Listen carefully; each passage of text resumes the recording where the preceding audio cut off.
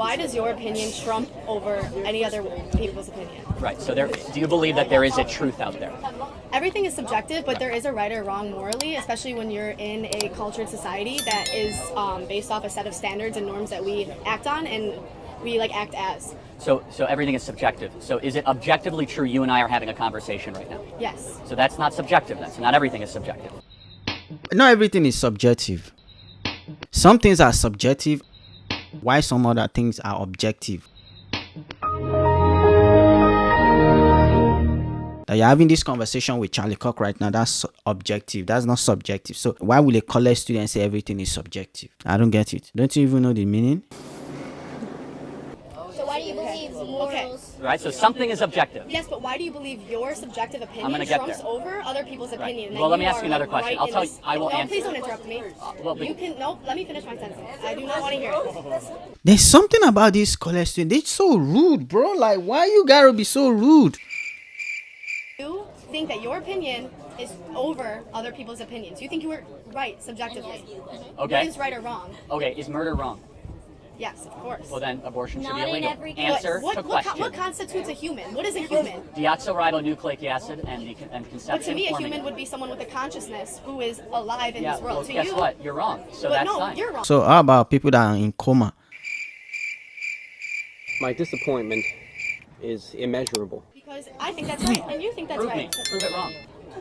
What constitutes a human being? What is the So if definition you of a take human DNA being? and The creation of DNA that will never exist again, and a soul goes into that moment. I don't expect you guys. What's a soul? A soul? What's a soul? No, maybe not. What is a soul? What is a soul? The eternal, indistinguishable, let's just say, non-visible being of your existence. I don't believe that. I don't Well, believe anything I'm is sorry- eternal. I'm sorry you don't believe doesn't it. that does not make yours okay. Yeah, you Well, hold on a your opinion second. isn't Here's the thing. over At some point, somebody's truth has to win. Because guess what? Your In truth doesn't matter. But That's guess still what? a truth You've had claim. your truth in this country for the past thousands of decades.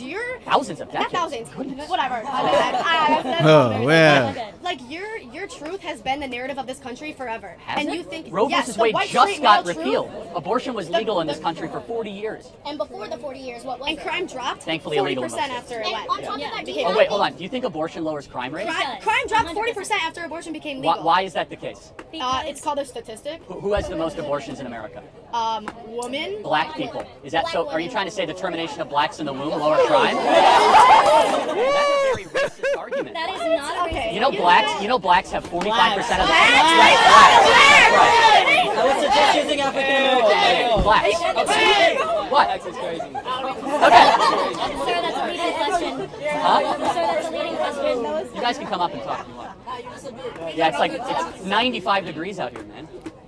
So, yes, sir. That's a racist. Okay. No, you're the racist. You're the says that abortion lowers crime rates and blacks have the most abortions in the country. Yes. Not name calling. Wait, is it not Black Lives Matter or is it African American Lives Matter? Both. Oh, really? Okay, I thought it was BLM, so I say blacks. Okay. He was just okay, not too much, Andrew. Do you believe that you have some sort of privilege that skews your view on other people's lives? Because personally, I don't believe you could step in my shoes as a black woman and relate and understand the things. So I feel like it's not fair for you to choose what I get to do with my life because I'm a black woman in a white society. What does being black have to do with truth? Because there are different things that we experience, Like what? and my truth might not be Like yours. what? You get into college easier than I do? What? Yes, you get jobs and internships that white kids don't get. Oh, You have, poor white people. you have entire movements dedicated to your race. We're so like. Okay. Sir, do you remember the Those novel? movements are to get rights. You're crazy. Okay, So, talk. do you not believe in racism? Of course racism exists. The Democrat Party is still alive and well. Do you think people are racist against white people? All the time. All the time. That's his definition. Affirmative of action is racism. racism against white people. Yes. Okay. And Asians as well. And Asians, that's right. So I do have a question in that sense. If affirmative action is racism, why are most colleges predominantly white? What? What? Because black people don't want to go to colleges or something? And actually, blacks on campus are disproportionate more than their population in certain areas, in certain campuses, than their population because of affirmative action. In HBCUs? Is that what Certain you're talking campuses. about? Are you talking about HBCUs? So, but let me just ask a more broad philosophical question. Why does skin color matter at all? Why should we care about it? Because of the society we live in. Because hold on, of the but society no. You're dismissing anything that has ever happened to someone of color Let me ask by you a saying question. that. What can you do Or what can I do that you can't do? Explain What how law? affirmative action works. Explain how Affirmative action is lowering of tests, standards, and quota for a quota. You're an idiot. No, it's I'm gonna not. tell you It's how the way it it works. I'm gonna tell you how it works. Yeah, it's the way it works. I'm not going to entertain fallacy. Do you believe in black on black crime? Do I believe in black on black crime? Yeah. Yeah, it's abundant. Explain. Yeah, it's the number one cause of death in many black communities. I mean, I'm just being honest. Like, He is right. Okay. So back to our previous argument that was interrupted. So in the sense of what, like I was saying, you don't believe like because of the history and because races have been oppressed, you don't believe like race plays a part in things, and you don't believe like. no, that's not true. No. So, do you know who Thomas Sowell is? You know who Thomas Sowell is? No. I really encourage you to look. Thomas Sowell's great. He's one of the best black economists of the 20th century. Grew up in Harlem, and he's done the best research in the 1940s, 1950s, and 60s black community. And essentially, his argument is that black America was experiencing a renaissance in the 50s and 60s, despite discrimination. Yes. Now, the one part that I would agree with. But however, it's not the black community as a whole; it's Harlem's black community. There's Chicago too, but let's pretend you're right, okay? The one argument that I would agree with, and I'm against systemic racism arguments, the one that I would say, you know what, there was something very wrong is when Democrat Lyndon Baines Johnson came in and destroyed the black nuclear family. If there was one part where I could say, you know what, that was unjust and that has to be undone, it's when Lyndon Baines Johnson went in to the Great Society program with the intent to destroy the black nuclear family. Okay. So in that sense, do you believe the war on drugs also played a part? Or Not do you not really. believe in No. the war on drugs? Well, look, I mean, I believe we should be very harsh on drugs, but I think I would give some merit to the argument of some government agencies peddling cocaine in the inner cities. There is evidence to show that. I'm not going to debate it. Do I think it has so for example, like there's one number that I'm fascinated with, right? Single motherhood in the black community was about 28% in 1945, okay? Now it's around 65 to 70%. Why? Are we more racist than we were in 1945? No. Okay, so then what happened? The war on drugs. Okay, the fair war enough. on drugs. The demolishing the nuclear family in a sense. Right, And okay, I great. believe due to the history that's happened, racism is still very prevalent in a lot of this a lot of the systems that are in America, correct? Yeah. So no, of course not. But I was actually caught by your shirt. You know, Malcolm X was super pro-life. Yes. I think Malcolm X could teach a lot of the black movement something, because it more so than Martin Luther King, because Malcolm X, I'm getting there. Malcolm X, some people don't describe him correctly as being violent, right? That was a very small part of his literature. He was very big on trying to get black America to succeed despite the white liberal. Yes. And Not the white liberal. He did say white liberal. Oh, you go look up the Malcolm X white liberal quote.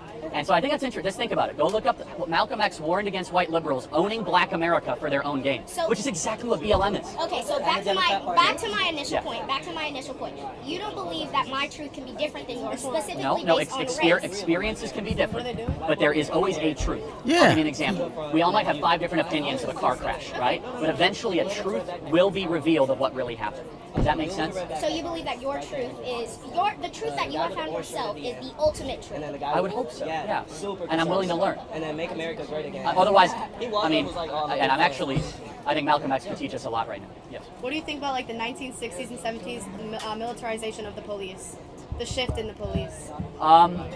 Yeah, I mean, I'm generally very pro-police. What about the military? I mean, the What? question is what came first, and I honestly don't know the answer. Was it the rise in crime, or was it the police that went into the inner If you knew what community? you were talking about, you would know the answer. It's not so clear, because there was a massive crime wave in the early 1970s in New York, where a lot of New Yorkers demanded more police with heavier weaponry and the ability to enforce the law. And post-militarization of the police, crime went up.